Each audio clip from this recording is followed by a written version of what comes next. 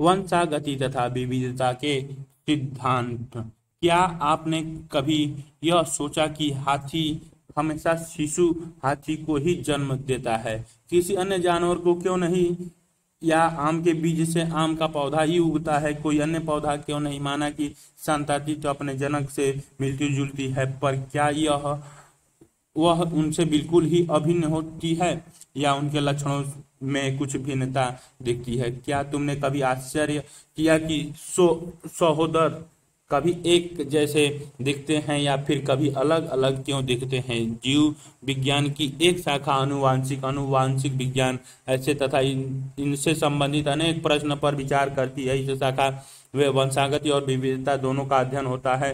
अर्थात यह विचार किया जाता है कि जनक और संतति के लक्षणों में समानता या असमानता क्यों होती है। वंशागति अनुवांशिक का आधार है। वंशागति वह प्रक्रम है जिससे लक्षण जनक से संतति में जाते हैं तथा विविधता जनक और संतति के लक्षणों में असमानता की अवस्था है। मानव को 8000 से 10,000 वर्ष ईसा पूर्व यह ज्ञान हो चुका था कि विविधता का कारण लैंगिक जनन की प्रक्रिया में छिपा हुआ है। उसने पादप और जंतुओं की प्रकृति में उपस्थित जीव विविधता का लाभ उठाया और लाभदायक लक्षणों वाले जीवों को चुनकर उनका प्रजनन करवाया तथा उनसे इच्छित लक्षणों के जीव प्राप्त किए। उदाहरण, पुरानी जंगली गाय के कृत्रिम चयन और उनको पालतू बनाकर आज उच्च भारतीय किस्में प्राप्त कर ली है। जैसे पंजाब की साहिवाल गाय, हमें मानना पड़ता है कि भले ही हमारे पूर्वज को लक्षणों की वंशागति और विविधता का ज्ञान नहीं था, किंतु उनको इन घटनाओं के वैज्ञानिक आधार के विषय में बहुत कम जानकारी थी। लक्षण प्रभावीय विषयक, अप्रभावीय विषयक। बीज का आकार गोल झुर्रीदार, बीज का रंग पीला हरा, फूल का रंग बैगनी सफेद, फली का आकार फूली हुई सिकुड़ी हुई, फली की रंग हरा पीला, पुष्प की स्थिति अच्छी, अंत्य तने की ऊंचाई लंबा बौना। मेंडल द्वारा अध्ययन किए गए मटर के पौधे के विपर्यक विषयकों के 7 जोड़े चित्र 5.1 में दिखाए गए हैं। मेंडल के वंशागति के नियम 19वीं सदी के मध्य में वर्षों में ही आनुवांशिकता को समझने के लिए संबंध में प्रगति हो सकी। ग्रेगी मेंडल ने उद्यान मटर के पौधे में 7 वर्षों 1856 से 1863 तक संकरण के प्रयोग किए तथा उनके आधार पर जीवों के वंशागति नियमों को प्रस्तावित किया। सांख्यिकी विश्लेषण और गणितीय तर्कशास्त्र का जीव विज्ञान के समस्याओं के समाधान हेतु प्रथम उपयोग भी मेंडल द्वारा वंशागत अवशोषणों के द्वारा ही किया गया। उनके प्रयोगों में नमूनों की विशाल संख्या ने उनके आंकड़ों को विश्वसनीयता प्रदान की, साथ ही उनके परीक्षाधीन पौधों को उत्तरोत्तर पीढ़ियों पर किए गए प्रयोग तथा उनके सफल निष्कर्षों ने सिद्ध किया कि मेंडल के वंशागति नियमों में व्यापकता थी और वे केवल अपुष्ट विचार नहीं थे। मेंडल ने मटर के पौधे के उन लक्षणों पर विचार किया जो सर्वथा परितार्थ थे, जैसे लंबा या बौने पौधे, पीले या हरे बीज। इसके कारण उसे वंशागति नियमों पर आधारभूत ढांचा तैयार करने में सहायता मिली। बाद के वैज्ञानिकों ने इस विस्तार दिया जिससे विविध नैसर्गिक घटनाओं और उनमें निहित जटिलता का स्पष्टीकरण किया जा सका। मेंडल ने अनेकों तद्रुप प्रजनन, सम मटर के शुद्ध वंशक्रमों को लेकर कृत्रिम परागण और पर परागण के प्रयोग किए। तद्रुप प्रजनन, सम ट्रू ब्रीडिंग वंशक्रम वह होता है जो कई पीढ़ियों तक स्व परागण के फलस्वरूप अस्थायी विशेषज्ञ ट्रेट प्रदर्शित करता है। मेंडल ने मटर की 14 तद्रुप प्रजननी मटर की किस्मों को छांटा, अर्थात 7 जोड़े विपरीत लक्षणों को लिया। इनके अन्य लक्षण समान थे। इनमें से कुछ उदाहरण इस प्रकार हैं: चिकने या झुर्रीदार बीज, पीले या हरे बीज, फूली हुई या सिकुड़ी हुई फलियां, हरी या पीली फलियां, लंबे या बौने पौधे। चित्र 5.1 तालिका 5.1 मेंडल द्वारा अध्ययन किए गए मटर के पौधे का विपर्यक विशेषक। क्रम संख्या लक्षण विपर्यक विशेषक तने की लंबाई लंबा बौना, फूल का रंग बैंगनी सफेद, फूल की स्थिति अच्छी, अंत्य फली का आकार फूला सिकुड़ा, फली का रंग हरा पीला, बीज का आकार गोला मुरझाया, बीज का रंग हरा पीला हरा।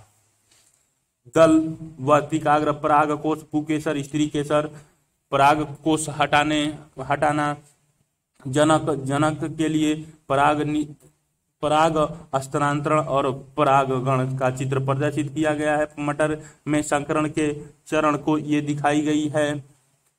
एक जीन की वंशागति, मेंडल ने वंशागत के अध्ययन के लिए एक प्रयोग में मटर के लंबे तथा बौने पौधे का संकरण किया। इस प्रयोग द्वारा एक जीन की अनुवांशिक अध्ययन किया गया। इस संस्करण में उत्पन्न बीजों को उगाकर उन्होंने प्रथम संकरण पीढ़ी के पौधे प्राप्त किए। चित्र 5.2 इस पीढ़ी को प्रथम संतादी पीढ़ी फीलियल प्रोजेनिन या F1 भी कहा जाता है। मेंडल ने देखा कि F1 पीढ़ी के सभी पौधे लंबे थे, अर्थात अपने लंबे जनक के समान थे। कई पौधे बौने नहीं था, कोई पौधा बौना नहीं था। चित्र 5.3 इसी प्रकार के परिणाम अनेक विशेषकों वाले संकरण प्रयोग में भी पाए गए। उन्होंने देखा कि F1 में दो में से एक जनक के लक्षणों की ही अभिव्यक्ति होती है, दूसरे जनक के लक्षण प्रकट नहीं होते। मेंडल ने फिर F1 के सभी लंबे पौधों को स्वयं परागृत किया और उसे देखकर आश्चर्य हुआ कि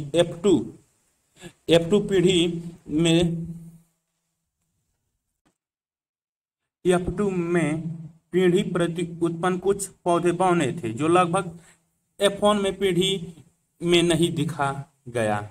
अब प्रदर्शित हो गया। बौने पौधे का अनुपात में कुल F2 पौधे का 25% था, जबकि 75% पौधे लंबे थे।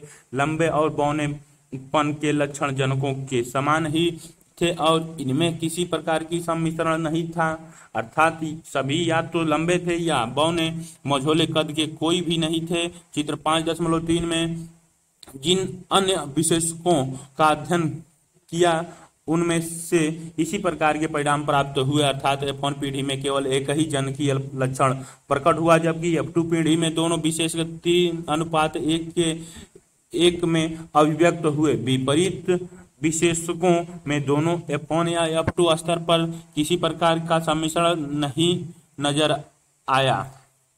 इन परीक्षणों के आधार पर मेंडल ने प्रस्तावित किया कि कोई वस्तु अपरिवर्तित रूप में जनक में संतादित को युग्मित करके मध्यम से उत्तरोत्तर पीढ़ियों में अग्रसरित होती है। उसने इस वस्तु को कारक फैक्टर कहा। अब हम इसे जीन कहते हैं। दूसरे शब्दों में अनुवांशिक की इकाई किसी जीन में कौन सा विशेष लक्षण अभिव्यक्त होगा, इसकी सूचना इसमें निहित होती है। विकल्प विपरीत लक्षणों के संकेतात्मक जोड़ों को युग्मित विकल्पीय अलील कहा जाता है। ये एक ही जीन में थोड़ा सा भिन्न रूप होते हैं। यदि हम प्रत्येक जीन के अक्षरों के प्रतीक दे तो जो लक्षण F1 पीढ़ी में व्यक्त होता है उसे कैपिटल अक्षर से तथा विपरीत लक्षणों की जीन को छोटे अक्षर से व्यक्त किया जाता है। उदाहरण के लिए ऊंचाई के लक्षण के लंबे के लिए T कैपिटल और बौने के लिए स्मॉल t का प्रयोग होता है। T और T एक दूसरे के युग्म विकल्पी अलील हैं। दूसरे शब्दों में पौधों में ऊंचाई के एलील जोड़े एक इस प्रकार होंगे: कैपिटल टी स्मॉल टी या स्मॉल टी। मेंडल ने यह भी प्रस्तावित किया कि तद्रूप प्रजननक्षम मटर की लंबी या बौनी प्रजाति में अलील जोड़े समयुग्मजी होमोजाइगस क्रमशः कैपिटल टी या स्मॉल टी या कैपिटल टी को पौधे के जीनोटाइप जीन प्रारूप और लंबे बौने के फिनोटाइप दृश्य प्रारूप कहा गया। अगर किसी पौधे में genotype capital T small T है तो उसको फिनोटाइप क्या होगा? मेंडल ने पाया कि F1 विषम युग्मी कैपिटल टी स्मॉल टी का फिनोटाइप दिखाने में बिल्कुल कैपिटल टी जनक के समान होता है। इसीलिए उसने प्रस्ताव किया कि असमान कारकों के जोड़ों में से कोई एक दूसरे के ऊपर प्रभावी हो जाता है, जैसा कि F1 में इसे प्रभावी और दूसरे को अप्रभावी नाम दे दिया गया। इस प्रयोग में टी लंबाई का कारक स्मॉल टी बौने के कारक के ऊपर प्रभावी हो जाता है। जिन अन्य लक्षण युग्मों का उन्होंने अध्ययन किया वहां भी यही पाया। प्रभावित और अप्रभावित की संकल्पना को याद रखने के लिए सुविधाजनक और तर्कसंगत होगा कि बड़े कैपिटल और छोटे अक्षरों का प्रयोग किए जाएं। लंबे के लिए टी, बौने के लिए स्मॉल टी का प्रयोग न करें, क्योंकि यह याद रखना कठिन रहेगा। एक संकर क्रॉस का आरेखीय निरूपण। ये पीढ़ी जनकीय पौधा लंबा और बौना F1 लंबा, स्वपरागण लंबा, F2 लंबा लंबा लंबा, लास्ट वाला बौना चित्र 5.3 में प्रदर्शित किया गया है कि टी और स्मॉल टी एक ही जीन या लक्षण के अलील हैं या नहीं। सयुग्मिज मामलों में अलील समान हो सकते हैं, जैसे कैपिटल टी, स्मॉल टी विषम युग्मिजी मामलों में असमान हो सकते हैं, और जैसे कैपिटल टी, स्मॉल टी, क्योंकि कैपिटल टी, स्मॉल टी पौधों का लक्षण ऊंचाई को नियंत्रक जीन के लिहाजा से विषम युग्मजी है, अतः इसे एकल संकरक मोनोहाइब्रिड कहा जाता है। और कैपिटल टी और स्मॉल टी के बीच क्रॉस संकरण को एकल संकर क्रॉस कहा जाता है। इन परीक्षणों से अप्रभावी जनकीय विशेषक की अभिव्यक्ति बिना किसी प्रकार के सम्मिश्रण से ही F2 पीढ़ी में हो जाती है। हम यह निष्कर्ष निकाल सकते हैं कि जब अर्धसूत्रण मियोसिस कोशिका विभाजन के समय लंबे और बौने पौधे युग्मकों का उत्पादन करते हैं, तो जनकीय जोड़े के अलील एक दूसरे से अलग अलग हो जाते हैं और केवल एक ही अलील युग्म में प्रेषित होगा। अलीलों का यह बी संयोजन यादृच्छिक रैंडम होता है और युग्मक में कोई एक अलील होने की संभावना 50% होती है। ऐसे संकर प्रयोग द्वारा सत्यापित हो चुका है। इस प्रकार लंबे कैपिटल टी पौधे के युग्मक में टी अलील वाले और बौने स्मॉल टी पौधे के युग्मक में टी अलील होता है। निषेचन के समय ये दो अलील कैपिटल टी एक जनक से पराग के माध्यम से और स्मॉल टी दूसरे जनक से अंडे के माध्यम से आकर युग्मन करके ऐसे युग्मनोज यानी जाइगोट का निर्माण करते हैं, जिनमें एक कैपिटल टी अलील और दूसरा स्मॉल टी अलील होता है। दूसरे शब्दों में संकर में कैपिटल टी स्मॉल टी होता है।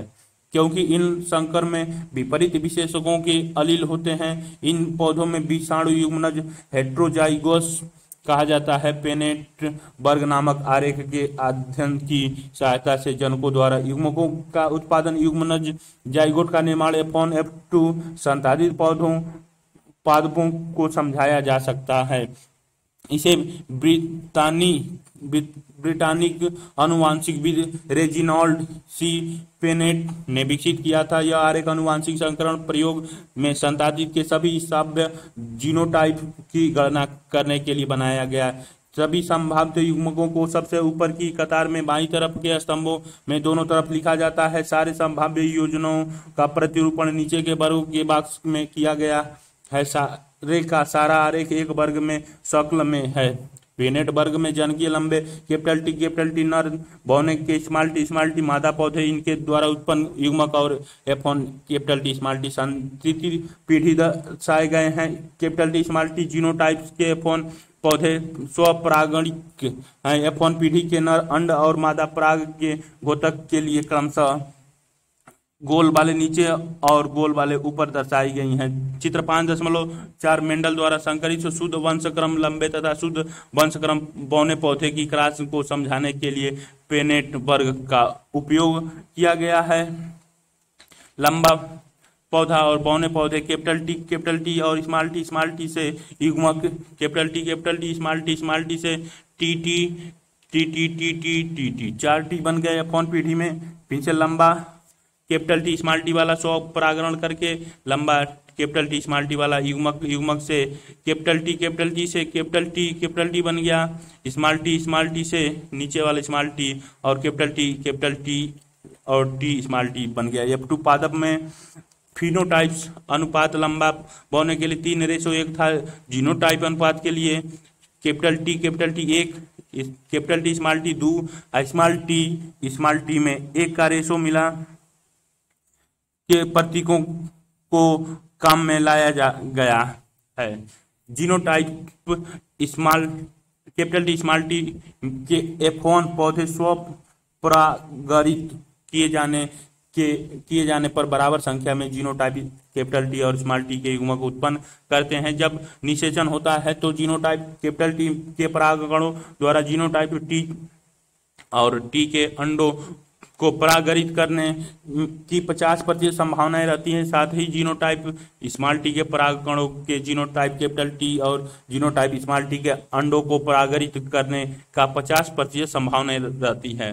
संयोग आधारित यादृच्छिक निषेचन की परिणाम यह होता है कि प्रत्युत्पन्न zygote capital T small T और कैपिटल टी और स्मॉल टी जीनोटाइप्स के हो सकते हैं। पेनेट वर्ग से आसानी से देखा जा सकता है कि यह अत्यधिक निषेचन के परिणाम स्वरूप 1/4 T 1/2 capital T small T और 1/4 स्मॉल टी जीनोटाइप पैदा करते हैं। साथ ही केवल लंबा फिनोटाइप दृष्टिगोचर होता है। F2 अवस्था में 3/4 पौधे लंबे होते हैं, जिनमें से कुछ कैपिटल टी और कुछ टी और स्मॉल टी होते हैं। बाहर से देखने पर टी और टी पौधों में भेद नहीं किया जा सकता, अतः जीनोटाइप जोड़े कैपिटल टी स्मॉल टी से केवल एक ही लक्षण कैपिटल टी लंबे की अभिव्यक्ति होती है। इसीलिए कहा जाता है कि लक्षण लंबा बौने लक्षण अर्थात अलील स्मॉल टी के ऊपर प्रभावी हो जाता है। इसी लक्षण प्रभावित का यह असर होता है कि F1 के सारे पौधे लंबे होते हैं, भले ही genotype capital T small T हो, और F2 पीढ़ी में 3/4 पौधे लंबे होते हैं, भले ही जीनोटाइप के लिहाजा से 1/2 कैपिटल टी स्मॉल टी और 1/4 कैपिटल टी हो। अतः अंत में जीनोटाइप्स अनुपात 3/4 लंबे, 1/4 T 1/2 capital T small T और 1/4 ठीक गने स्मॉल टी दूसरे शब्दों में 3 संबंध 1 का अनुपात पर जीनोटाइप अनुपात होता है। एक संबंध 2 संबंध, एक कैपिटल टी संबंध, कैपिटल टी संबंध, एक कैपिटल स्मॉल टी का 1/4 रेशो 1/2 रेशो 1/4 के अनुपात में गणितीय के द्विनामीय पद ax + by का होल स्क्वायर में व्यक्त किया जा सकता है, जिसमें टी और स्मॉल टी जनीधारी युग्मक समान आवृत्ति 1/2 में रहते हैं। इस पद का इस प्रकार विस्तार किया जाता है 1/2 टी + 1/2 स्मॉल टी का होल स्क्वायर बराबर 1/2 T + 1/2 small T into 1/2 T + 1/2 T equal to 1/4 capital T + 1/2 capital T + 1/4 small T. Mendel ने F2 पौधे को स्वयं परागरित किया और पाया कि F3 और F4 पीढ़ियों में F2 के बौने पौधे ने केवल बौने ही पैदा किए। उसने निष्कर्ष निकाला कि बौनों का जीनोटाइप सहयुग्मी होमोजाइगस स्मॉल टी था। आप क्या सोचते हैं कि यदि उसने सभी F2 के लंबे पौधों को स्वयं परागरित किया होता तो उसे क्या देखने को मिलता? पिछले अनुच्छेद पैराग्राफ से स्पष्ट है कि गणितीय प्रायिकता के प्रयोग से जीनोटाइप अनुपात की गणना की जा सकती है, किंतु केवल प्रभावी विशेषज्ञों के फिनोटाइप्स को देखने भर से जीनोटाइप संरचना का ज्ञान संभव नहीं है। जैसे कि F1 या F2 के लंबे पौधे का जीनोटाइप कैपिटल टी और कैपिटल टी है, या कैपिटल टी स्मॉल टी का भविष्य ज्ञात नहीं हो सकता। इसीलिए F2 के लंबे पौधे के जीनोटाइप निर्धारण के लिए मेंडल ने F2 के लंबे पौधे का बौने पौधे से संकरण किया। इससे इन्होंने परीक्षार्थ संकरण नाम दिया। इस प्रयोग में प्रभावी फिनोटाइप वाले जीव, जहां पर मटर का पौधा जिसका जीनोटाइप मालूम करना है, परीक्षार्थ जीव का अप्रभावी पौधों से संकरण किया जाता है, न कि स्वपरागरण जैसा पिछले प्रयोग में किया गया था। परीक्षार्थ जीव के जीनोटाइप निर्धारण के हेतु ऐसे संकरण की संतति का विश्लेषण किया जा सकता है। चित्र 5.5 में ऐसे संकरण के परिणाम दर्शाए गए हैं। यहाँ पर बैगनी W श्वेत रंग स्मॉल w के ऊपर प्रभावी है। समयुग्मी अप्रभावीय, समयुग्मीज प्रभावीय। कैपिटल डब्ल्यू दोनों तरफ कैपिटल डब्ल्यू से W W W, capital W small W, capital W small W, capital W small W से कैपिटल डब्ल्यू बीच में कैपिटल डब्ल्यू, दोनों कैपिटल डब्ल्यू और कैपिटल डब्ल्यू से स्मॉल डब्ल्यू में तो W small W, capital W small W, small W small W small W. प्रभावी phenotypes genotypes अज्ञात, आधे पुष्पीय बैगनी हैं और आधे श्वेत अनजाना पुष्पीय विषम युग्मीज हैं। सारे पुष्प बैगनी हैं, अनजाना पुष्प सम युग्मजी प्रभावी हैं। परीक्षार्थ संकर का आरेखीय निरूपण जो परिणाम नीचे वाले में व्याख्या कर रखा है। ये चित्र 5.5 दिखाई गई है। पेनेट वर्ग का प्रयोग करके परीक्षार्थ संस्करण में संतादित के स्वरूप को ज्ञात करने का प्रयास करें। आपको क्या अनुपात मिला? इस संस्करण प्रयोग की जीनोटाइप्स का उपयोग करके क्या आप परीक्षार्थ संकर की एक सामान्य परिभाषा दे सकते हैं?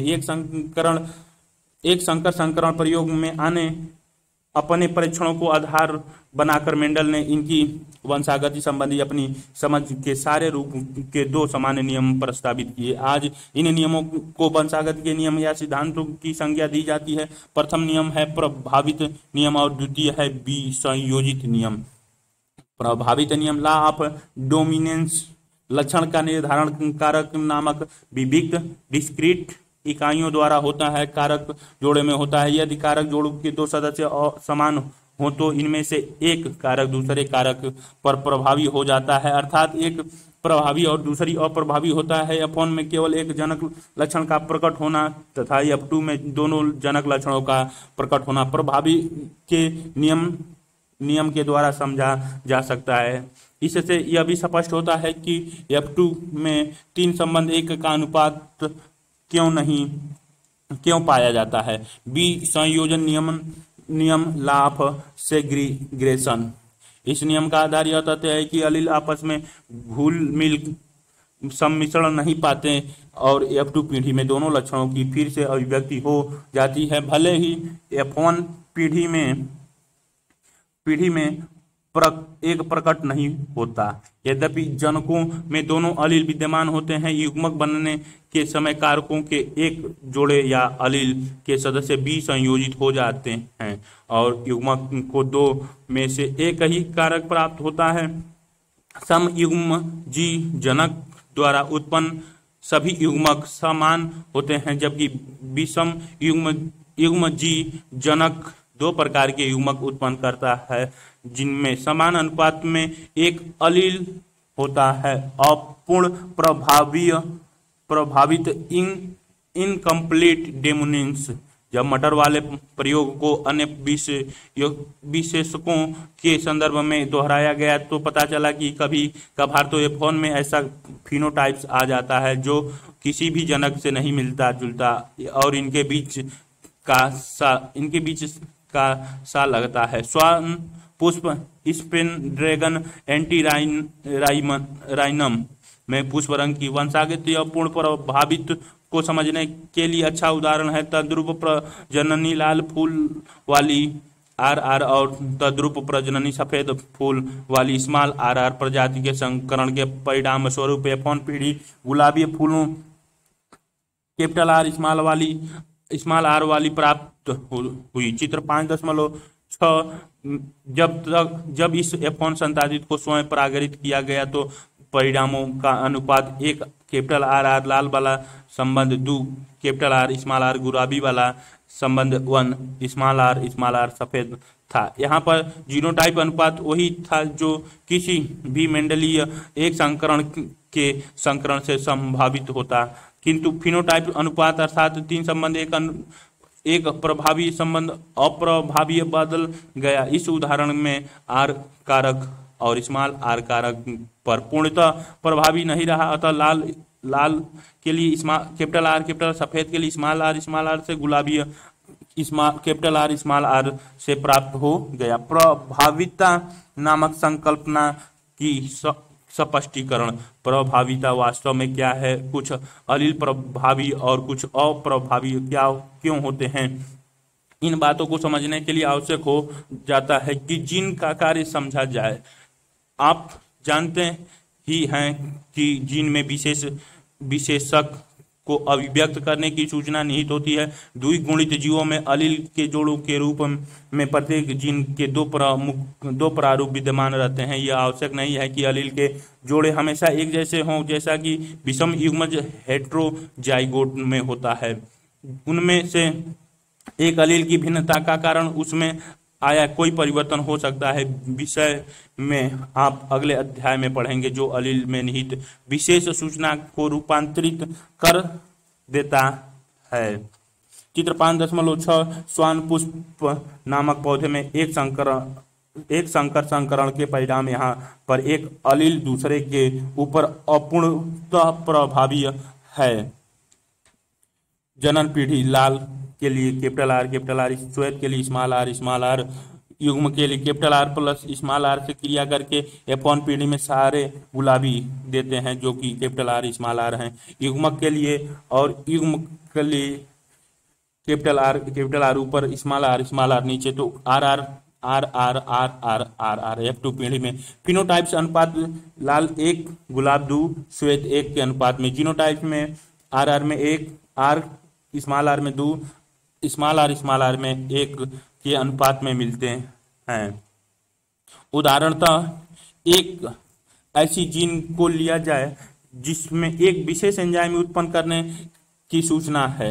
इस जीन के दौरान प्रतिरूप इसके 2 अलील रूप है। मान लेते हैं कि वह सामान्य अलील ऐसा सामान्य एंजाइम उत्पन्न करता है जैसे अधिकतर संभव है, जो एक सबस्ट्रेट यस के रूपांतरण के लिए आवश्यक है। रूपांतरित अलील सिद्धांत निम्नलिखित में से किसी एक परिवर्तन के लिए उत्तरदायी हो सकता है: सामान्य एंजाइम्स या कार्य अक्षम एंजाइम्स या एंजाइम्स की अनुपस्थिति। पहले परिवर्तन में रूपांतरित अलील अरूपांतरित अलील के तुल्य है, अर्थात परिणाम स्वरूप यह भी सबस्ट्रेट यस को बदलकर उसी पुराने फिनोटाइप विशेषक का उत्पादन करेगा। इस प्रकार के एलील युग्मों के अनेक उदाहरण हैं, किंतु जब अलील कोई भी एंजाइम्स नहीं उत्पन्न करता या कार्य अक्षम एंजाइम्स का उत्पादन करता है तो फिनोटाइप प्रभावी हो सकता है। फिनोटाइप विशेष रूपांतरित अलील के कार्य के ऊपर ही निर्भर रहता है। सामान्यतः अरूपांतरित कार्यकारी अलील, जो मौलिक रूप से रूप का प्रतिनिधित्व करती है, प्रभावी होती है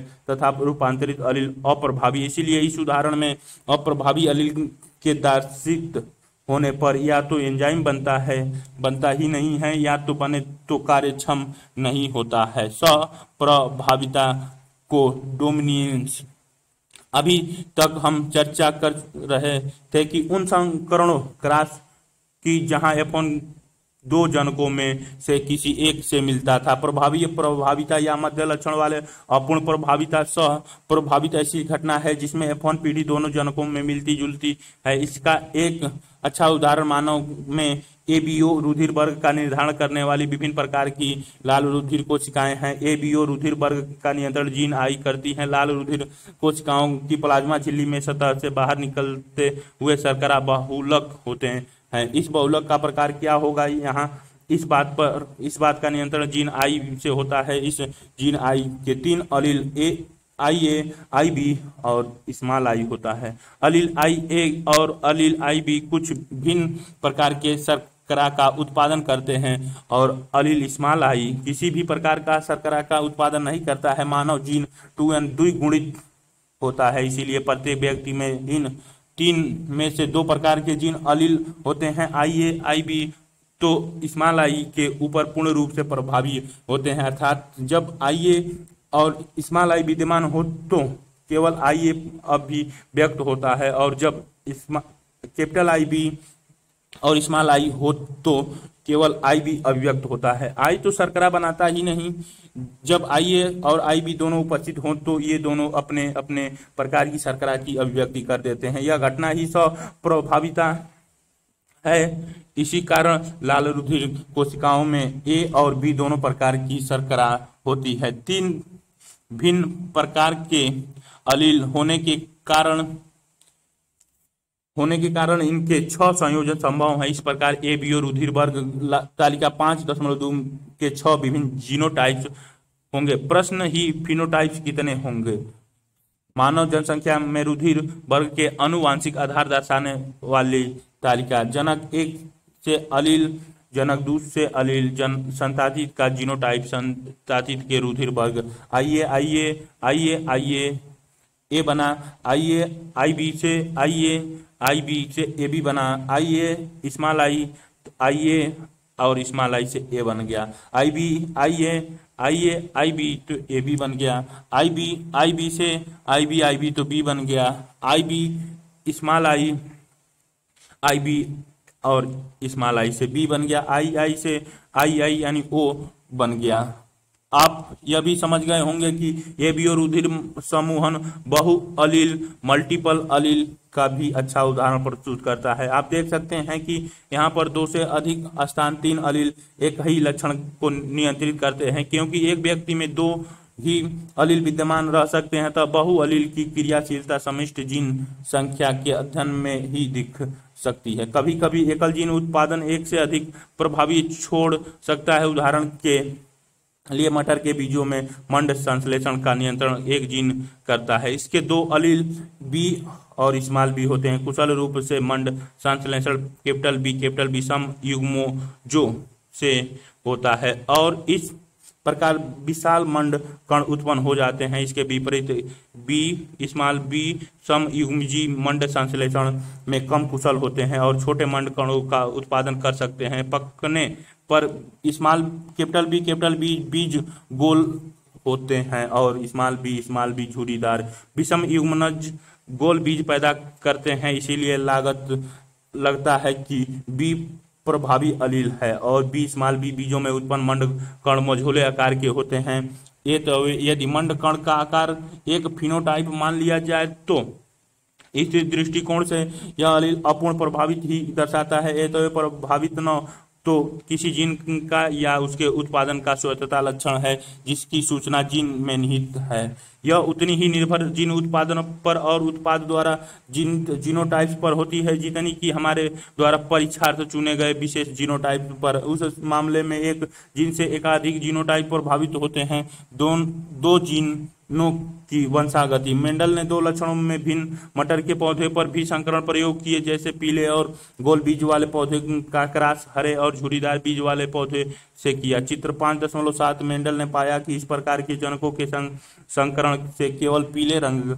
वाले गोल बीज जनक पीढ़ी गोल पीला RRYY, झुर्रीदार हरा के लिए स्मॉल r वाई स्मॉल, युग्मक के लिए RY बन गए। गोल पीले के लिए RRYY F1 पीढ़ी में। स्व परागण के लिए युग्मक RR, फिर से RRYY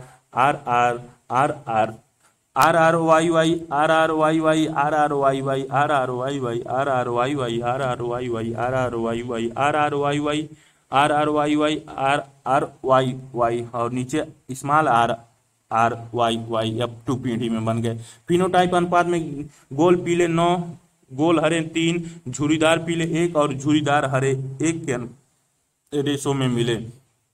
चित्र 5.7 द्विसंकर क्रॉस के परिणाम, जिनमें जनक 2 जोड़े विपरीत विशेषकों में भिन्न थे, जैसे बीज का रंग और बीज की आकृति के पौधे ही प्राप्त हुए।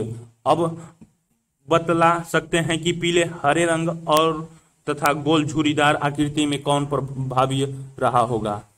पीला रंग हरे के ऊपर एवं गोले आकृति झुर्रीदार के ऊपर प्रभावी है। यह निष्कर्ष जब पीले तथा एवं हरे तथा गोल एवं झुर्रीदार बीजों वाले पौधों के बीच एक संकरण अलग अलग किया गया तो इनके परिणामों से निकलता है। जीनोटाइप प्रतीक Y प्रभावी पीले बीज वर्ण तथा स्मॉल y अप्रभावी हरे बीज वर्ण के लिए, आल गोल बीज के लिए और स्मॉल r झुर्रीदार बीज वाले के लिए प्रयोग करें तो जनकों के जीनोटाइप इस प्रकार लिखे जा सकते हैं। कैपिटल में RRYY और स्मॉल r में इस्माल में RRYY इनके क्रॉस को चित्र 5.7 की भांति लिखा जा सकता है, जिनमें जनक पौधे के जीनोटाइप दर्शाए गए। निषेचन होने पर युग्मक कैपिटल RY और स्मॉल RY मिलकर F1 संकर capital R small r capital Y small y को उत्पन्न करते हैं। जब मेंडल ने इन F1 पौधों को स्वयं संकरित किया तो पाया कि F2 के 3/4 पौधों के बीज पीले और 1/4 के बीज हरे थे। पीला और हरा रंग 3:1 के अनुपात में बीज संयोजित हुआ। इसी प्रकार गोल और छुरीदार बीज की आकृति भी 3:1 अनुपात में बीज संयोजित हुई और एक संकर क्रॉस की तरह स्वतंत्र अपव्यूहन का नियम। द्विसंकर क्रॉसों में चित्र 5.7 फिनोटाइप गोल पीला झुरीदार हरा गोल हरा और झुरीदार हरा 3:9:3:3:1 के अनुपात में प्रकट हुआ। मेंडल द्वारा अध्ययन किए गए कई लक्षण युग्मकों में ऐसे ही अनुपात देखा गया। 9:3:3:1 के अनुपात में 3 पीला 1 हरा के साथ 3 गोले 1 झुरीदार को संयोजन श्रेणी के रूप में व्युत्पन्न किया जा सकता है। इस व्युत्पन्न को इस प्रकार भी लिखा जा सकता है: 3 गोल 1 झुरीदार 3 पीले 1 हरा बराबर 9 गोल पीले 3 झुरीदार पीले 3 गोल हरे 1 झुरीदार हरे। द्विसंकर क्रॉसों विशेषकों में भिन्न पौधों के क्रॉस के परीक्षण पर आधारित मेंडल ने एक दूसरा सामान्य नियम प्रस्तावित किया, जिसे मेंडल का स्वतंत्र अपव्यूहन नियम कहा जाता है। यह नियम कहता है कि जब किसी संकर में लक्षणों के 2 जोड़े लिए जाते हैं तो किसी एक जोड़े का लक्षण बी संयोजन दूसरे जोड़े से स्वतंत्र होता है।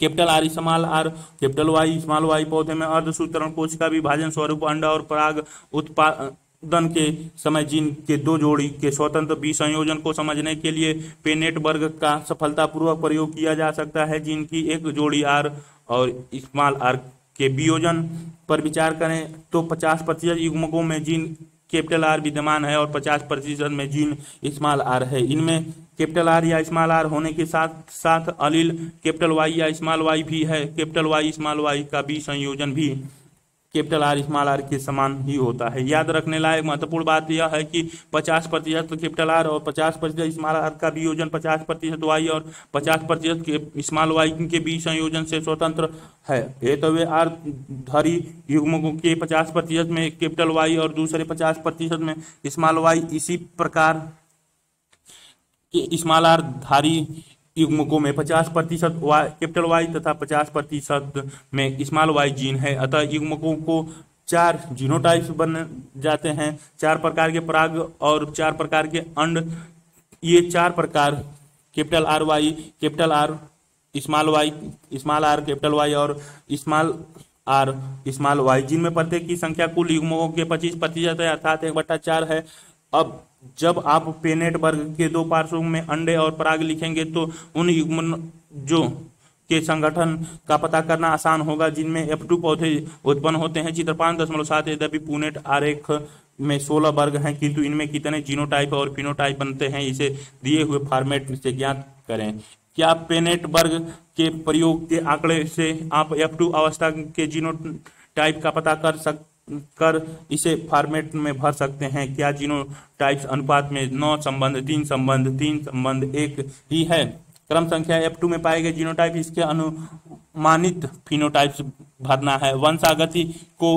वंशागति का क्रोमोसोम सिद्धांत लक्षण के वंशागति पर किया गया कार्य 1865 में प्रकाशित हो चुका था, परंतु कई कारणों से 1900 तक यह कार्य अज्ञात ही रहा। एक तो आज की तरह उन दिनों संचार की सुविधाएं अच्छी नहीं थी जिससे कार्य को प्रचार मिल पाता। दूसरे जीन या मेंडल के कारक के लिए ये संकल्पना की वे लक्षणों के नियंत्रक की अस्थायी एवं विविक्त इकाइयों के रूप में है तथा इनका नियंत्रक की संकल्पना अर्थात ऐसे अलील जो एक दूसरे के साथ सम्मिश्रण नहीं होता मेंडल के समकालीन वैज्ञानिकों को रास नहीं आई, क्योंकि ये लोग प्रकृति की विविधता के आभासी सततता रूप से ही परिचित थे।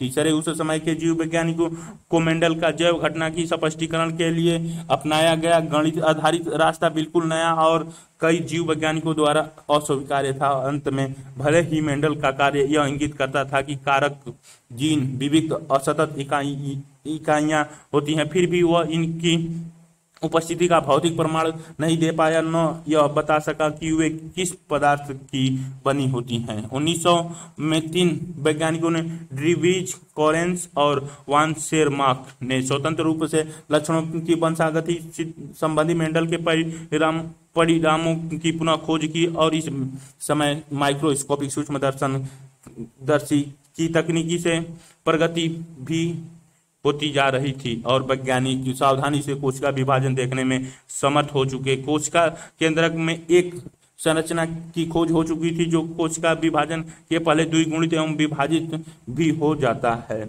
इनको क्रोमोसोम रंग जाने के गुण के कारण रंगीन काय कहा गया। 1902 तक सूत्रणीय कोशिका विभाजन के दौरान क्रोमोसोम की गति संचालक का ज्ञान हो चुका था। वाल्टर सटन और थियोडोर बोमेरी ने देखा कि क्रोमोसोम का जीवन G2 युगली अर्धसूत्रण पश्चावस्था, अर्धसूत्रण सेकंड पश्चावस्था जनन कोशिका का दृश्य दिखाया गया। 4 क्रोमोसोम वाली कोशिका में अर्धसूत्रण और जनन कोशिका उत्पादन देख सकते हो कि कैसे ये क्रोमोसोम बनते हैं और जनन कोशिका बनाने के दौरान कैसे विसंयोजित होते हैं। व्यवहार भी जिन जैसा ही है। इन्होंने मेंडल के नियमों तालिका 5.3 को क्रोमोसोम की गतिविधि 5.8 द्वारा समझाया। कोशिका विभाजन की समसूत्रण एवं अधिसूत्रण विधियों में गुणसूत्रों के व्यवहार को ध्यान में रखते हुए इसे समझाया जा सकता है। जीन के समान ही गुणसूत्र भी युग्म के रूप में पाए जाते हैं तथा एक एलील के दोनों जीन समजात गुणसूत्रों के समजात स्थान पर विद्यमान रहते हैं। तालिका 5.3 क्रोमोसोम और जीन के व्यवहार की तुलना ए बी जोड़ों में होते हैं। युग्म जनन के दौरान इस प्रकार भी संयोजित होते हैं कि एक युग्मक जोड़ों में से केवल एक ही जा पाता है। युग्मक जनन के दौरान भी संयोजित होते हैं और जोड़ों में से केवल एक ही युग्मक को प्राप्त होता है। अलग अलग जोड़े एक दूसरे से स्वतंत्र भी संयोजित होते हैं। एक जोड़ा दूसरे से स्वतंत्र भी संयोजित होता है। क्या आप बतला सकते हैं कि इन 2 स्तंभों ए और बी में से कौन सा क्रोमोसोम का और कौन सा जीन का प्रतिनिधित्व करता है? यह निर्णय आपने कैसे किया? अर्धसूत्रण फर्स्ट के पश्चावस्था में क्रोमोसोम के 2 जोड़े मेटाफेस पट्टिका पर एक दूसरे से स्वतंत्र रूप से पंक्तिबद्ध हो सकते हैं। चित्र 5.9 इसे समझने के लिए दाएं और बाएं स्तंभों के 4 अलग रंगों के क्रोमोसोम की तुलना करें। बाएं स्तंभ में संभावना प्रथम नारंगी और हरे एक साथ भी संयोजित है, किंतु दाहिनी स्तंभ संभावना 2 में नारंगी क्रोमोसोम लाल क्रोमोसोम के साथ भी संयोजित हो रहा है। अर्धसूत्रण फर्स्ट पश्चावस्था, अर्धसूत्रण फर्स्ट पश्चावस्था, अर्धसूत्रण सेकंड पश्चावस्था, अर्धसूत्रण सेकंड पश्चावस्था, जनन कोशिकाएं पश्चावस्था, जनन कोशिकाएं पश्चावस्था। संभावना 1, संभावना 2, एक लंबा श्वेत तथा छोटा श्वेत क्रोमोसोम और लंबा काला और छोटा काला क्रोमोसोम एक ही ध्रुव पर, एक लंबा श्वेत तथा एक छोटा काला क्रोमोसोम और लंबा काला और छोटा श्वेत क्रोमोसोम एक ही ध्रुव पर हैं। क्रोमोसोम का स्वतंत्र समूहन चित्र 5.9 में तीनों स्थितियां दिखाई गई हैं। सटन और बवेरी ने तर्क प्रस्तुत किया कि क्रोमोसोम युग्म का जोड़ा बन जाना या अलग होना अपने में ले जाए जा रहे कारकों के बीच संयोजन का कारण बनेगा। सटन के क्रोमोसोम के भी संयोजन के ज्ञान को मेंडल के सिद्धांत के साथ जोड़कर वंशागति का क्रोमोसोमवाद या सिद्धांत प्रस्तुत किया है। इस विचार के विश्लेषण का अनुपालन करते हुए थॉमसन, हंट, मोर्गन तथा उसके साथियों ने वंशागति का क्रोमोसोमवाद या सिद्धांत के प्रयोगात्मक सत्यापन किया और यौन जनन उत्पादन विभेदन के लिए खोज के आधार पर नींव डाली। मोर्गन ने फल मक्खियों फ्रूट फ्लाई ड्रोसोफिलिया मेलनोगेस्टर पर काम किया, जो ये ऐसे अध्ययनों के लिए उपयुक्त पाई गई। चित्र 5.10 इन्हें प्रयोगशाला में सरल कृत्रिम माध्यम पर रखा जा सकता है। ये अपना पूरा जीवन चक्र 2 सप्ताह में पूरा कर सकती थी और इनमें एकल मैथुन से विशाल संख्या में संतादित मक्खियों का उत्पादन संभव था। साथ ही लिंगों का विभेदन स्पष्ट था, नर और मादा की आसानी से पहचान की जा सकती थी। साथ ही इसमें आनुवांशिक विविधताओं के अनेक प्रकार थे जो कम क्षमता वाले माइक्रोस्कोपिक से देखे जा सकते थे। चित्र 5.10 ड्रोसोफिलिया मेलनोगेस्टर नर और मादा चित्र अ और ब में दिखाई गई हैं। संलग्नता और पुनर्योजन। लिंग संलग्नता जीनों के अध्ययन हेतु मोरेगन ने ड्रोसोफिला में कई द्विसंकर क्रॉस किए। ये मेंडल द्वारा मटर में किए गए एक द्विसंकर क्रॉस के समान थे। उदाहरण के लिए मोरेगन क्रॉस ए क्रॉस बी दिखाए गए हैं। जनकीय YW Y+ और WM और W+M+YW पीला श्वेत वन प्रकार श्वेत लघुतर वन प्रकार। नीचे इनका संकरण F1 पीढ़ी में YW Y+W+1 प्रकार और पीला श्वेत Y और WM W+M+1 प्रकार WM श्वेत और लघुतर प्रकार के दिखाए गए। जनकीय प्रकार पुनः संयोगी प्रकार 98.7% 1.3% Y+W+Y+W1 प्रकार श्वेत YW पीला श्वेत Y और W+ पीला। जनकीय प्रकार 62.8% पुनः संयोगीय प्रकार 37.2% W+M+1 प्रकार W+M लघुत्तर श्वेत लघुत्तर WM श्वेत बने। F2 पीढ़ी में Y+W+Y और W1 प्रकार हो गए। Y+W+Y और W श्वेत में YW पीला श्वेत YW+YW पीला W+M+W और M1 प्रकार में। WM लघुत्तर WM श्वेत लघुत्तर WM+WM श्वेत। सहलग्नता मौसम द्वारा किए गए दो द्विसंकर क्रॉसों के परिणाम क्रॉस ए में जीन Y और W के बीच संकरण दिखलाया गया है। क्रॉस बी में W और M जीनों के बीच का संकरण यह प्रभावी वन्य प्रकार के अलील को प्लस प्रतीक से दिखाया गया है। नोट कीजिए कि Y और W के बीच W और M की अपेक्षा संलग्नता अधिक बलवती है। ने पीले शरीर और श्वेत आंख वाली मक्खी का संकरण भूरे शरीर और लाल आंख वाली मक्खी के साथ किया और F1 संतादित को आपस में क्रॉस करवाया। उसने देखा कि ये दो जीन जोड़ी एक दूसरे से स्वतंत्र भी संयोजित नहीं हुई हैं और F2 का अनुपात 9:3 संबंध से काफी भिन्न मिला। दो जीनों के स्वतंत्र कार्य करने पर यही अनुपात अपेक्षित था। मोरेगन तथा उसके सहयोगी यह जानते थे कि जिन क्रोमोसोम में स्थित वह अगले सेक्शन 5.4 में समझाया गया है और इन्होंने शीघ्र ही यह भी जान लिया कि जब द्विसंकर क्रॉस में दो जीन जोड़ी एक ही क्रोमोसोम में स्थित होती हैं तो जनकीय जीन संयोजन का अनुपात अजनकीय प्रकार से काफी ऊंचा रहता है। मोरेगन ने इसका कारण दो जीनों का भौतिक संयोग से जुड़ा होना बतलाया। मोरेगन ने इस घटना के लिए संलग्नता शब्द दिया जो एक ही क्रोमोसोम की जीन जोड़ियों के साथ होने का द्योतन करता है। साथ ही अजनकीय जीन संयोजन के उत्पादन को पुनर्योजन रिकॉम्बिनेशन कहा गया। चित्र 5.11 मोरेगन तथा उसके दल ने यह भी पता किया कि एक ही क्रोमोसोम में स्थित होने पर भी कुछ जीन जोड़ी में अधिक संलग्नता थी, अर्थात पुनर्योजन बहुत कम था।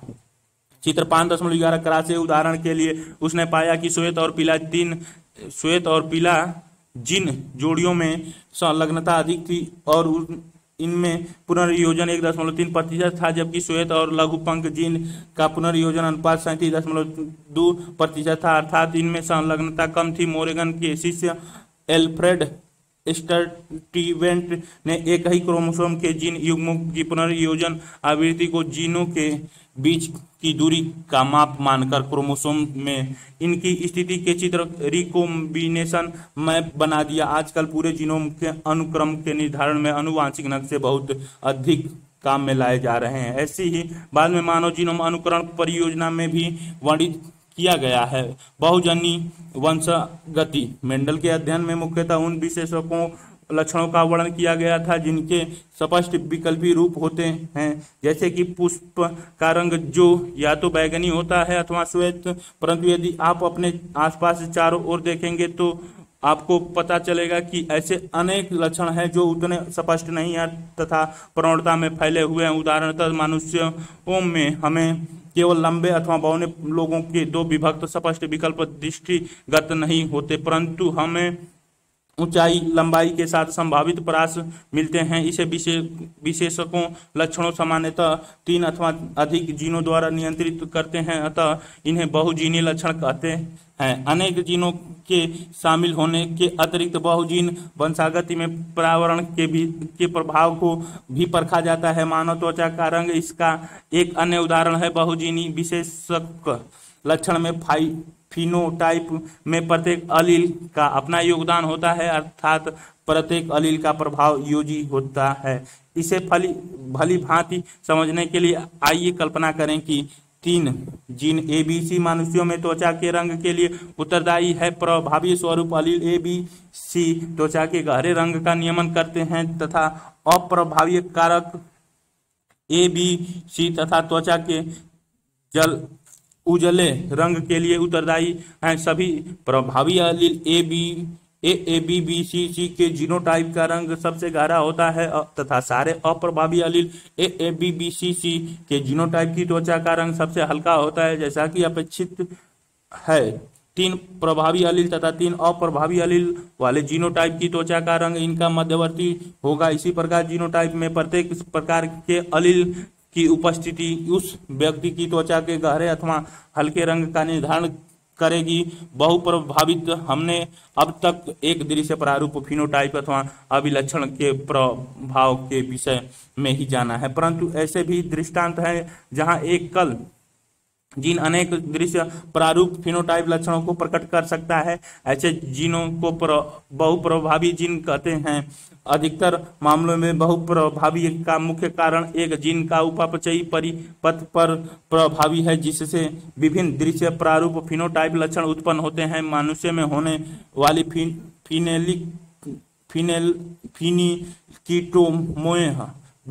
फिनिकिटोमोएह व्याधि इसका एक उदाहरण है। इस रोग फेनिलएलेनिन हाइड्रोक्सिलेज नामक एंजाइम के लिए उत्तरदायी जीन में उत्परिवर्तन एकल जीन उत्परिवर्तन के कारण होता है। यह अनेक दृश्य प्रारूप लक्षण फिनोटाइप लक्षणों मानसिक मंदन वालों के कम होने तथा त्वचीय रंजन द्वारा अभिव्यक्त होता है। लिंग निर्धारण की क्रिया विधि अनुवांशिक वैज्ञानिकों के लिए हमेशा एक पहेली ही बनी रही।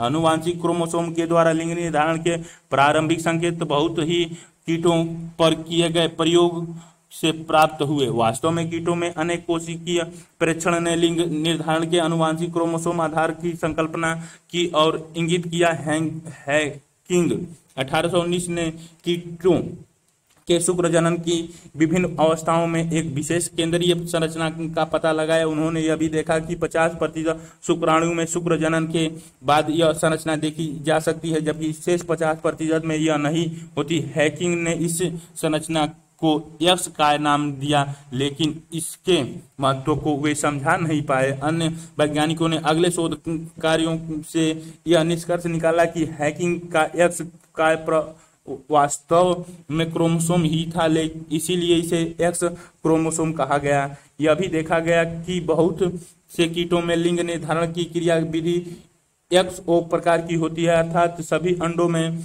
अन्य क्रोमोसोम ऑटोसोम के अलावा एक अतिरिक्त क्रोमोसोम भी होता है। दूसरी ओर कुछ शुक्राणुओं में यह X क्रोमोसोम होता है, कुछ में नहीं। X क्रोमोसोम सहित शुक्राणुओं द्वारा निषेचित अंडे मादा बन जाते हैं और जो X क्रोमोसोम सहित शुक्राणु से निषेचित होते हैं वे नर बन जाते हैं। क्या आप सोचते हैं कि नर और मादा दोनों की क्रोमोसोम संख्या बराबर है? इस एक्स क्रोमोसोम के लिंग निर्धारण में भूमिका होने से इसे लिंग क्रोमोसोम सेक्स क्रोमोसोम नाम दिया गया। सेक्स क्रोमोसोम को अलिंग क्रोमोसोम ऑटोसोम नाम दिया गया। टिड्डा XO प्रकार के लिंग निर्धारण का एक उदाहरण है। इस समय नर में अलिंग क्रोमोसोम के अतिरिक्त केवल एक एक्स क्रोमोसोम होता है, जबकि मादा में एक्स क्रोमोसोम का दूसरा जोड़ा होता है। इन परीक्षणों की प्रेरणा से लिंग निर्धारण की क्रियाविधि को समझने के लिए अन्य जातियों में भी अन्वेषण प्रेरित किया गया। कई अन्य कीटों तथा मानव समेत स्तनधारियों में XY प्रकार का लिंग निर्धारण देखा जाता है। यहाँ नर और मादा दोनों में क्रोमोसोम संख्या समान होती है। नर में एक क्रोमोसोम तो X होता है, पर उसकी जोड़ीदार स्पष्ट छोटी होता है और Y क्रोमोसोम कहलाता है। अलिंग सूत्रों की संख्या नर और मादा में बराबर होती है। दूसरे शब्दों में नर में अलिंग सूत्र के साथ XY और मादा में अलिंग सूत्रों के साथ XX। उदाहरण मानव तथा ड्रोसोफिला में नर में अलिंग क्रोमोसोम के अलावा एक X और एक Y क्रोमोसोम होता है, जबकि मादा में अलिंग क्रोमोसोम के अलावा एक जोड़ा X क्रोमोसोम का चित्र 5.12 अ तथा ब ऊपर के विवरण में अपने दो प्रकार के लिंग निर्धारण अर्थात XO प्रकार और XY प्रकार के विषय में पढ़ा। दोनों ही नर दो प्रकार के युग्मक पैदा करते हैं, जो है क या तो X क्रोमोसोम सहित या रहित और ख। कुछ युग्मकों में X क्रोमोसोम और कुछ में Y क्रोमोसोम। इसी प्रकार के लिंग निर्धारण क्रियाविधि को नर विषम युग्मकता हिटेरोगेमिटी कहा जाता है। कुछ अन्य जीवों जैसे पंछियों में दूसरे प्रकार की लिंग निर्धारण क्रियाविधि देखी गई। चित्र 5.12 इस विधि में क्रोमोसोम की कुल संख्या नर और मादा दोनों में समान होती है, किंतु मादा द्वारा लिंग क्रोमोसोम के लिहाजा से दो भिन्न प्रकार के युग्मों का उत्पादन होता है, अर्थात मादा विषम युग्मकता हिटेरोगेमिटी पाई जाती है। पूर्व वर्णित लिंग निर्धारण से भिन्नता प्रदान करने के उद्देश्य से पंछियों के लिंग क्रोमोसोम को Z और W क्रोमोसोम कह दिया गया है। इन जीवों में मादा में एक Z और एक W क्रोमोसोम होता है, जबकि नर में अलिंग सूत्रों के अलावा Z क्रोमोसोम का एक जोड़ा होता है। चित्र 5 मानव में लिंग निर्धारण, जैसा कि पहले समझाया जा चुका है कि मानव में लिंग निर्धारण XY प्रकार का होता है। कुल 23 जोड़े क्रोमोसोम में से 22 जोड़े नर और मादा में बिल्कुल एक जैसे होते हैं। चित्र 5.12 में ये दिखाया गया है। पुरुष और मादा XY XX ZZ ZW chromosome भिन्नताओं के द्वारा लिंग निर्धारण अब मानव तथा ड्रोसोफिला मादा में XX क्रोमोसोम सम युग्मिक तथा नर में XY विषम युग्मिक स्थिति। 100 अनेक पंछियों में मादा और समान क्रोमोसोम ZW तथा नर में समान क्रोमोसोम ZZ दिखाया गया है। इन्हें अलिंग क्रोमोसोम कहते हैं। मादा में X क्रोमोसोम में एक जोड़ा भी होता है और नर में X के अतिरिक्त एक क्रोमोसोम Y होता है, जो नर लक्षणों का निर्धारक होता है।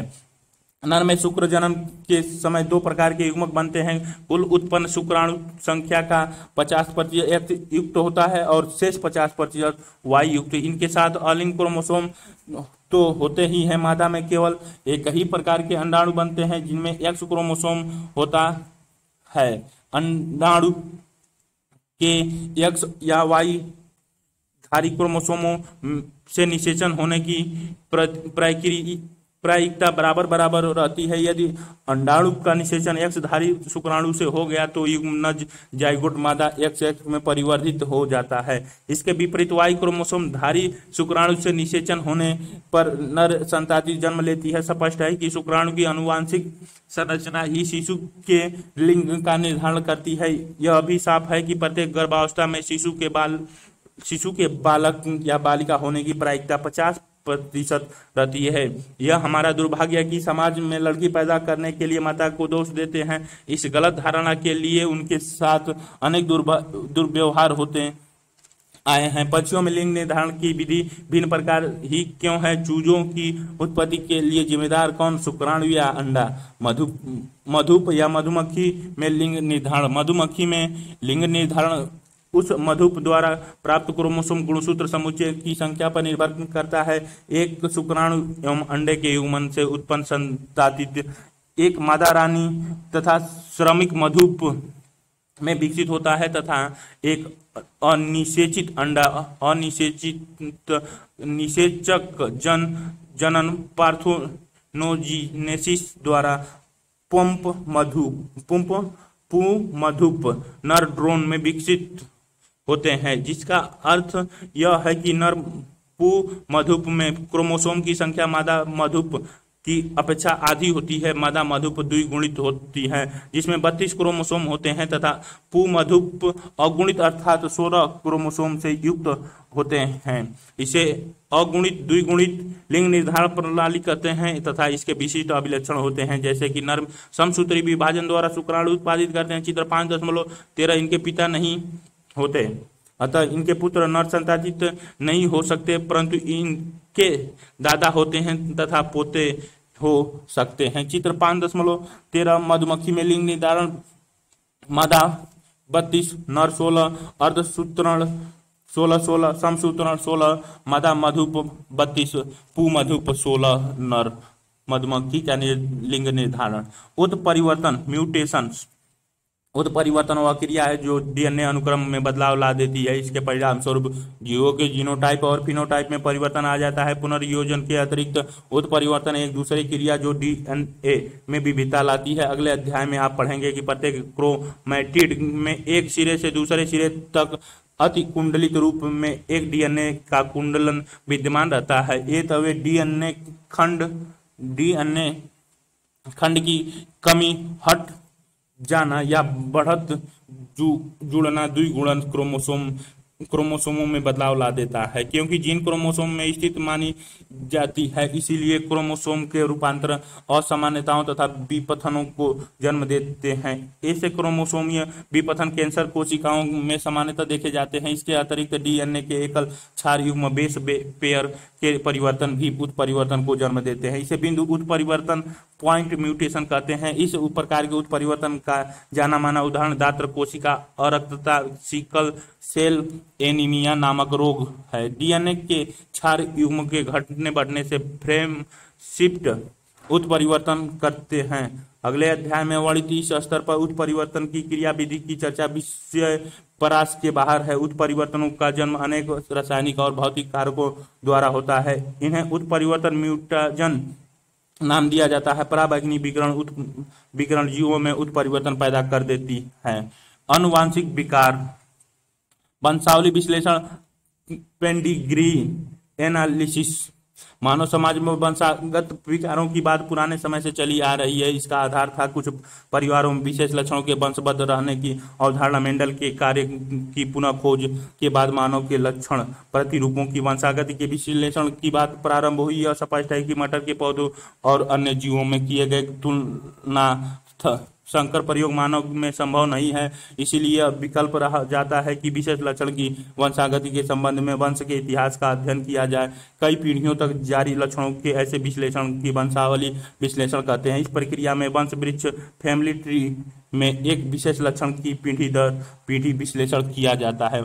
मानव आनुवांशिक में वंशावली अध्ययन एक महत्वपूर्ण उपकरण होता है जिसका उपयोग विशेश लक्षण असामान्यता या रोग का पता लगाने में किया जाता है। वंशावली विश्लेषण में प्रयुक्त कुछ महत्वपूर्ण मानक प्रतीकों को चित्र 5.14 में दर्शाया गया है। जैसा कि आप इस अध्याय में पढ़ चुके हैं, किसी जीव का प्रत्येक लक्षण क्रोमोसोम में विद्यमान डीएनए पर स्थित जीन में निहित होता है। डीएनए ही आनुवांशिक सूचना का वाहक है और यह बिना किसी परिवर्तन के एक से दूसरी पीढ़ी में स्थानांतरित होता जाता। चित्र 5.14 मानव वंशावली विश्लेषण में प्रयुक्त प्रतीक नर मादा लिंग का उल्लेख नहीं। प्रभावित व्यक्ति मैथुन, रिश्तेदार के बीच मैथुन, समरक्त मैथुन, जनक ऊपर और संताति नीचे बाएं से दाएं जन्म के अनुसार। नर शिशु वाले जनक रोग से प्रभावित 5 प्रभावहीन संतादित दिखाए गए हैं नीचे चित्र में। हो जाता है। हाँ, यदा कदा परिवर्तन रूपांतरण भी होते रहते हैं। इस प्रकार के परिवर्तन या रूपांतरण को उत्परिवर्तन म्यूटेशन कहा जाता है। मानव में कई विकार ऐसे पाए गए हैं जिनका संबंध क्रोमोसोम या जीन के परिवर्तन रूपांतरण से जोड़ा जा सकता है। मेंडलीय विकार, मोटे तौर पर विकारों को दो श्रेणियों में रखा जा सकता है, मेंडलीय विकार और क्रोमोसोमीय विकार। मेंडलीय विकार वे होते हैं जो एकल जीन के रूपांतरण या उत्परिवर्तन में मुख्यतः निर्धारित हो जाते हैं। ये विकार उसी विधि से संतति में पहुंचते हैं जिनका अध्ययन वंशागति के सिद्धांतों के साथ किया जा चुका है। इस प्रकार के मेंडलीय विकारों की वंशागति के उदाहरण को किसी परिवार में वंशावली विश्लेषण द्वारा खोजा जा सकता है। मेंडलीय विकारों के सर्वविदित उदाहरण हीमोफीलिया, सिस्टिक फाइब्रोसिस, दात्र कोशिका अरक्तता, वर्णधंतता, colour blindness, phenyl ketonuria, thalassaemia इत्यादि है। यहाँ यह भी बताना महत्वपूर्ण है कि मेंडलीय विकार प्रभावी अथवा अप्रभावी हो सकते हैं, साथ ही जैसा कि हीमोफीलिया में होता है। यह लक्षण लिंग क्रोमोसोम आधारित भी हो सकता है। यह सुस्पष्ट है कि एक्स लग्न या लिंग अप्रभावी लक्षण वाहक मादा कैरियर मदर से नर संतादित को प्राप्त होता है। इस वंशावली का नमूना चित्र 5.15 पर प्रस्तुत है, जिसमें प्रभावी और अप्रभावी लक्षण दिखलाए गए हैं। अपने अध्यापक से चर्चा करें और अलिंग तथा लिंग क्रोमोसोम के लग्न लक्षणों वाली वंशावली नक्शा बनाएं। हीमोफीलिया, इस लिंग संलग्न रोग का व्यापक अध्ययन हो चुका है। इसमें प्रभाव रहित वाहक नारी से नर संतति को रोग का संचार होता है। इस रोग में रुधिर के थक्का बनने से संबंध एकल प्रोटीन प्रभावित होता है। यह एकल प्रोटीन एक प्रोटीन श्रृंखला का अंश मात्र होता है। इसके कारण आहत व्यक्तियों के शरीर की एक छोटी सी चोट से भी रुधिर का निकलना बंद नहीं होता। विषम युग्मनजी नारी वाहक से यह रोग पुत्रों में जाती है। नारी की रोगग्रस्त होने की संभावना विरल होती है, क्योंकि इस प्रकार की नारी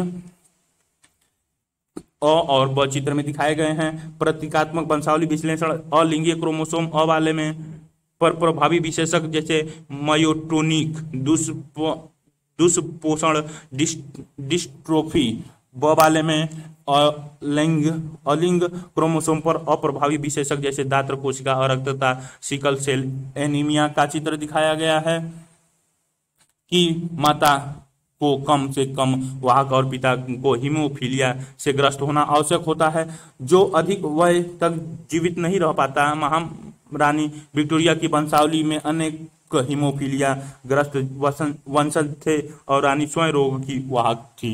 वर्णधंतता, यह लिंग संलग्नता अप्रभावी विकार है। यह विकार लाल अथवा हरे वर्ण संवेदी शंकु के त्रिपुट होने के कारण होता है। परिणामतः व्यक्ति लाल एवं हरे वर्ण रंग में भी भेद नहीं कर पाता। यह विकार एक्स क्रोमोसोम पर स्थित कुछ जीनों में उत्परिवर्तन के कारण आता है। लगभग 8% पुरुषों एवं मात्र 0.4% नारियों में यह विकार पाया जाता है। इसका कारण है लाल रुधिर वर्णधंता के लिए उत्तरदायी जीनों का एक्स क्रोमोसोम पर उपस्थित होना। नर पुरुष की कोशिकाओं में केवल एक एक्स क्रोमोसोम होता है, परंतु नारियों में 2 एक्स क्रोमोसोम होते हैं। किसी ऐसे जीन की वाहक नारी के पुत्र की वर्णधंता होने की संभावना 50% है, क्योंकि एक्स संलग्नता जीन अप्रभावी है। अंतः विषम युग्मनजी जननी स्वयं वर्णधंतता नहीं होती है। इसका अर्थ यह है कि इसका प्रभाव दूसरे विकल्पी अलील के प्रभावी होने के कारण निरुद्ध हो जाता है। पुत्री मादा संतति सामान्यतः वर्णधंतता नहीं होगी जब तक कि माँ वाहक एवं पिता वर्णधंत न हो।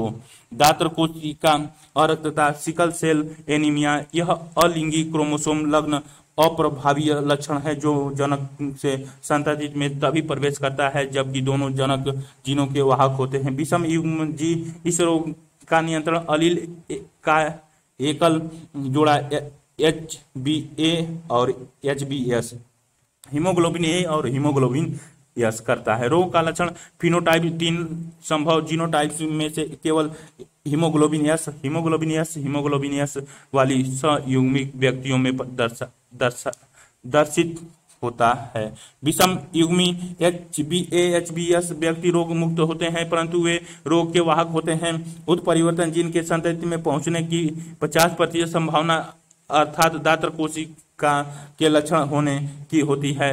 चित्र 5.16 इस विकार का कारण हीमोग्लोबिन अणु की बीटा ग्लोबिन श्रृंखला की छठी स्थिति में एक अमीनो अम्ल ग्लूटामिक अम्ल ग्लू का वैलिन द्वारा प्रतिस्थापन है। ग्लोबिन प्रोटीन में एमिनो अम्ल का यह प्रतिस्थापन बीटा ग्लोबिन जीन के छठे कोडोन में GAG का GUG द्वारा प्रतिस्थापन के कारण होता है। निम्न ऑक्सीजन तनाव में उत्परिवर्तन हीमोग्लोबिन अणु में बहुलीकरण हो जाता है, जिससे कारण RBC का आकार द्विअवतल बिंब से बदलकर दात्रकार हाशिए के आकार जैसा हो जाता है। फाइनल क्यूटोनुरिया यह जन्मजात उपापचयी त्रुटि भी अलैंगिक क्रोमोसोम अप्रभावी लक्षण की भांति ही वंशागति प्रदर्शित करती है। रोगी व्यक्ति में फिनाइल एलेनिन अमीनो अम्ल को टायरोसिन अमीनो अम्ल में बदलने के लिए आवश्यक एक एंजाइम की कमी हो जाती है। परिणाम स्वरूप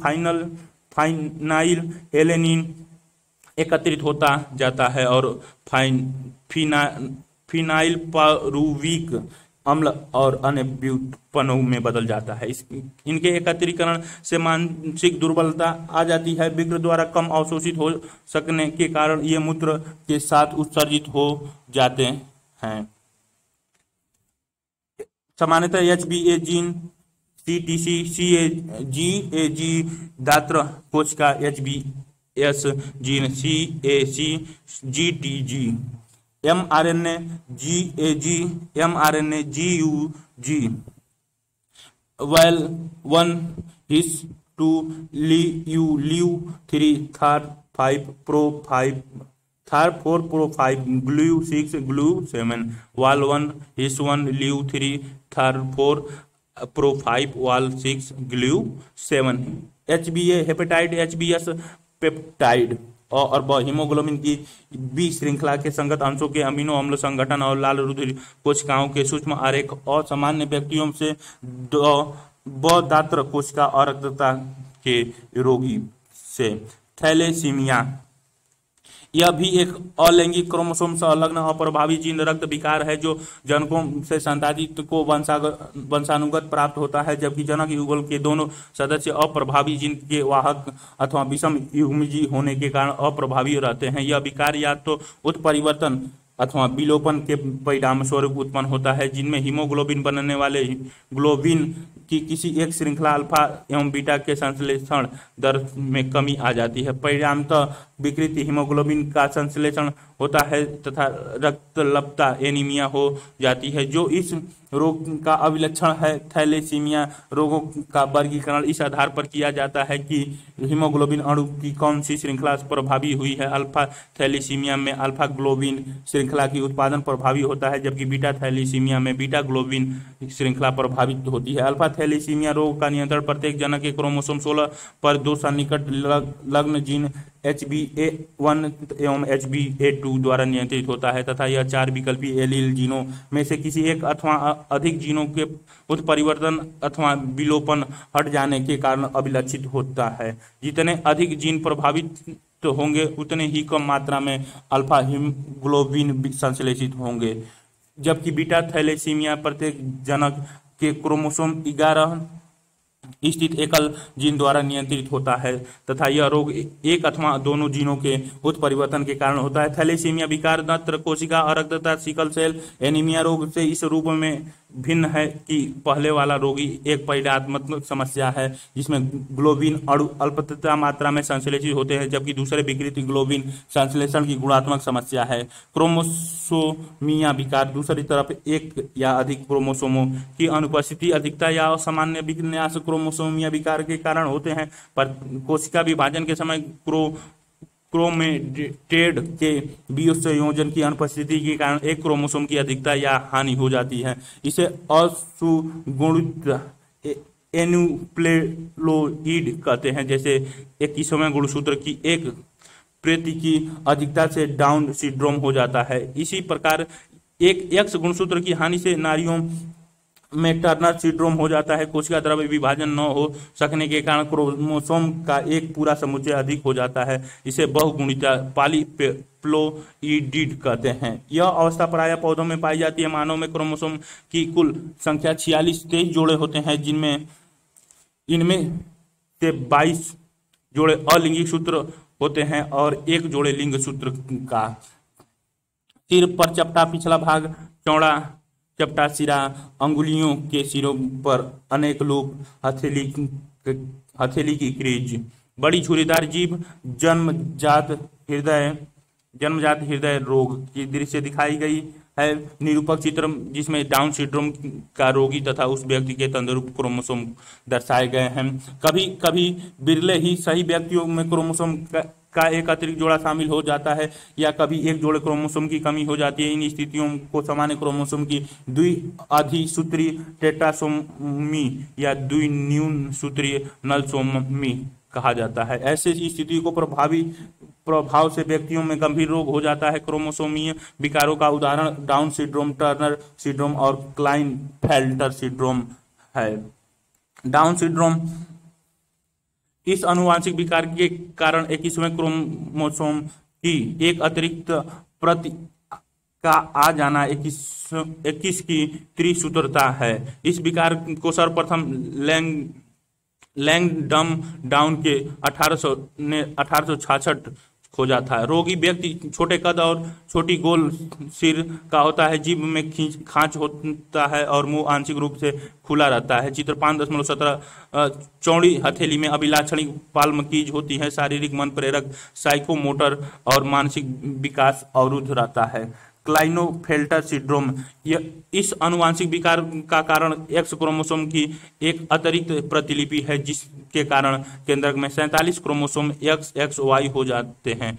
ऐसे व्यक्ति समग्र रूप से पुरुष प्रधान होते हैं, किंतु मादा लक्षण गायनिकोमैस्टिस अर्थात स्त्रीवत पुरुषवक्ष का वर्धन भी व्यक्त हो जाते हैं। चित्र 5.18 ऐसे व्यक्ति बांझे होते हैं। टर्नर सिंड्रोम इस विकार का कारण एक एक्स क्रोमोसोम का अभाव होता है, अर्थात 45 क्रोमोसोम की एक्स हो स्थिति ऐसी नारी बांझे होती है क्योंकि अंडाशय अल्प वर्धित होते हैं और द्वितीयक लैंगिक लक्षण का अभाव होता है। चित्र 5.18 पर ऊंचे कद के साथ इस तरह लक्षण, छोटा कद और अल्पतक विकास मादा लक्षण मानव में सेक्स क्रोमोसोम की बनावट के कारण उत्पन्न आनुवंशिक विकार का आरेखीय निरूपण अ वाले में क्लाइनफेल्टर विकार और बी वाले में टर्नर विकार का दृश्य दिखाया गया है। नर और मादा के लिए दिखाई गई है। सारांश,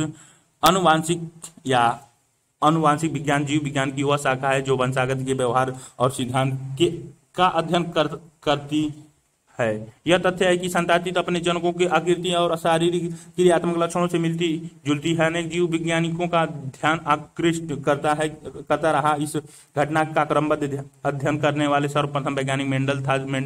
मेंडल मटर के पौधों में विपरीत लक्षणों की वंशागति के प्रतिरूपों का अध्ययन करते हुए मेंडल ने उन सिद्धांतों को प्रस्तावित किया जो आज वंशागति के मेंडल के नियम के नाम से जाने जाते हैं। उनके प्रस्ताव किया कि लक्षणों के नियामक कारक बाद में जीन नाम वाले जोड़े पाए जाते हैं, जिन्हें अलील कहा गया। उसने देखा कि संताति में लक्षणों की अभिव्यक्ति विभिन्न प्रथम पीढ़ी F1, द्वितीय पीढ़ी F2 और अगली पीढ़ी में एक निश्चित प्रकार से होती है। कुछ लक्षण दूसरे के ऊपर प्रभावी होते हैं। प्रभावी लक्षणों की अभिव्यक्ति तभी होती है जब कारक विषम युग्मजी अवस्था में भी विद्यमान रहते हैं। प्रभाविता नियम अप्रभावी लक्षणों की अभिव्यक्ति केवल समयुग्मजी अवस्था में ही होती है। एक अप्रभावी गुण जो विषम युग्मजी अवस्था में अभिव्यक्त नहीं होता, उसकी समयुग्मजी अवस्था में अभिव्यक्त हो जाती है। तो युग्मकों के उत्पादन के दौरान लक्षणों का भी संयोजन हो जाता है। सभी लक्षण वास्तविक प्रभावित नहीं दर्शाते। कुछ लक्षण अपूर्ण प्रभावित तथा कुछ स्वप्रभावित दिखलाते हैं। जब मेंडल ने दो जोड़े लक्षणों की वंशागति का अध्ययन किया तो पाया कि कारक स्वतंत्र रूप से अपव्यूहित होते हैं और यह भी संभाव्य विकल्पों के साथ होता है। स्वतंत्र अपव्यूहन नियम पेनेट वर्ग नामक वर्ग तालिका में युग्मकों के विभिन्न संयोजन का सैद्धांतिक प्रतिरूपण किया गया है। क्रोमोसोम में स्थित कारक अब जीन जो लक्षणों का नियमन करते हैं जीनोटाइप कहे जाते हैं और शारीरिक रूप से व्यक्त लक्षणों को फिनोटाइप कहा जाता है। जब यह जानकारी प्राप्त होने के बाद कि जिन क्रोमोसोमों में स्थित होते हैं, मेंडल के नियमों और अर्धसूत्रण के दौरान होने वाले क्रोमोसोमों के विसंयोजन और अभिवन के बीच सहसंबंध स्थापित किया जा सका। मेंडल नियमों का विस्तार देखकर वंशागति का क्रोमोसोमवाद कहा जाने लगा। बाद में पता चला कि यदि जीन एक ही क्रोमोसोम में स्थित हो तो मेंडल का स्वतंत्र अपव्यूहन नियम लागू नहीं होता।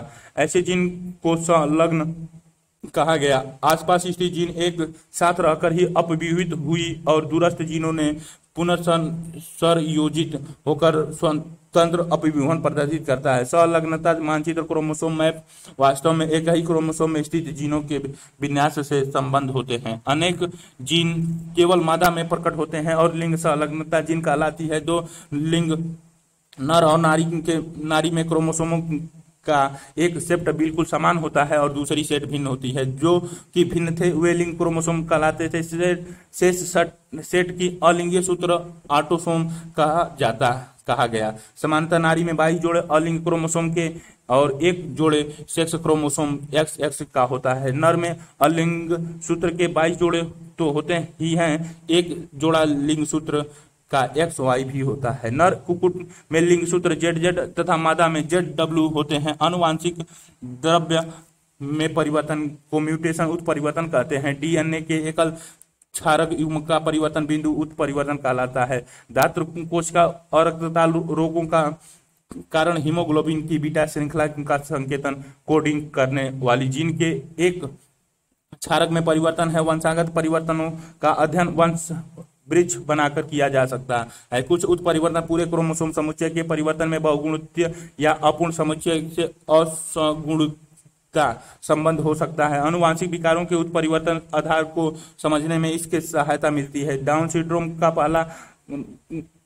का कारण क्रोमोसोम 21 की सूत्रता अर्थात एक अतिरिक्त क्रोमोसोम पर पाया जाना है, जिसके फलस्वरूप कुल क्रोमोसोम संख्या 47 हो जाती है। टर्नर सिंड्रोम में एक X क्रोमोसोम गायब हो जाता है और लिंग क्रोमोसोम XO हो जाते हैं। क्लाइनफेल्टर सिंड्रोम में अवस्था XXY प्रदर्शित होता है। ये केंद्रक प्रारूप